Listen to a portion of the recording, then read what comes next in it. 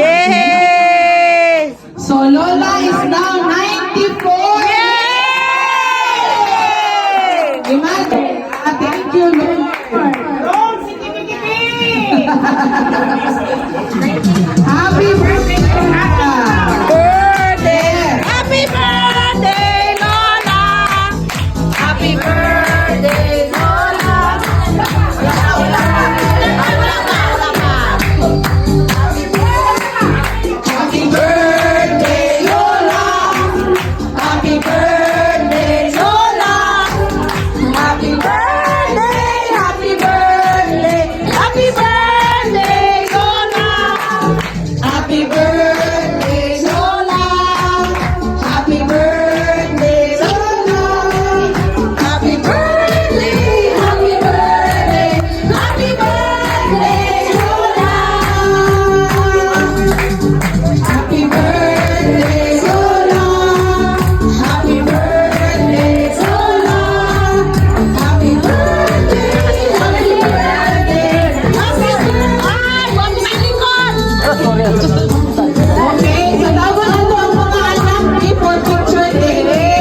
Anak sa anak.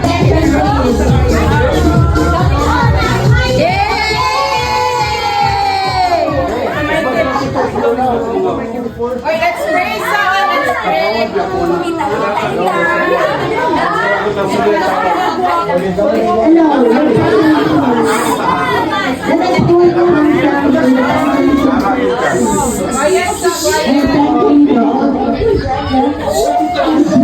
Shower upon us to each and everyone. Thank you. It's okay. Day of Mama Elena and her 94.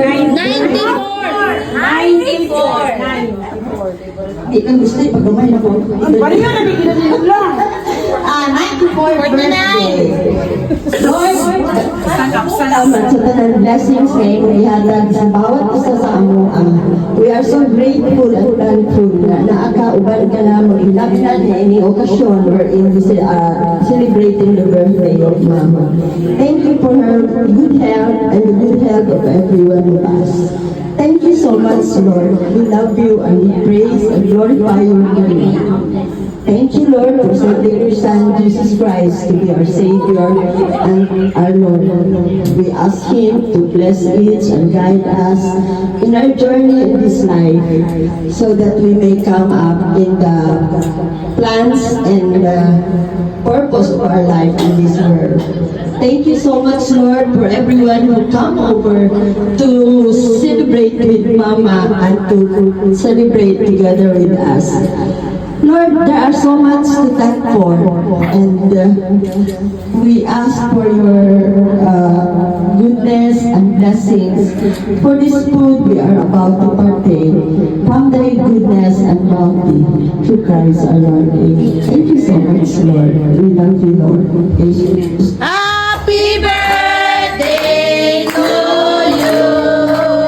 Okay, adjust sa, adjust sa.